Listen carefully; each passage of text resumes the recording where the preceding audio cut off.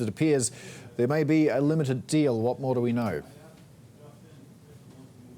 That's right, a limited deal. There's likely to be a sigh of relief here in Tokyo this morning.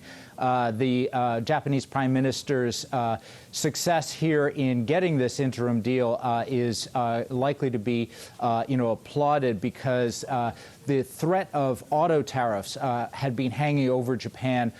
Japan's economy has not been growing particularly strongly, and that was a major threat overhanging the outlook. So the fact that they've got this interim deal, they've pushed aside the tariffs on cars that Trump had threatened is a significant achievement.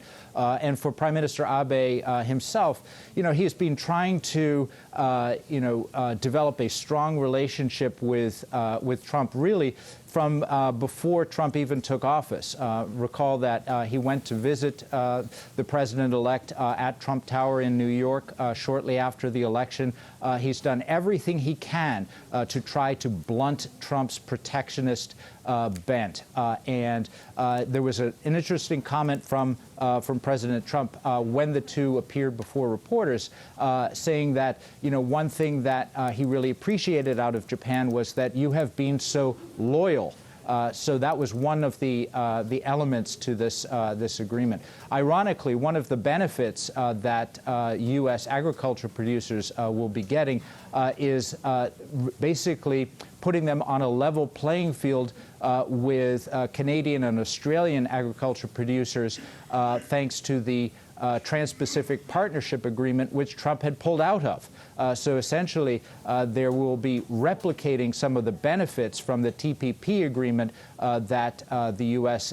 is no longer part of. Another major component of this is digital trade. American technology companies, including Google, had been pushing Washington not to ignore digital trade, things like e-books, trade, software, these kinds of things are covered by this agreement. What's not there is a comprehensive deal on car trade.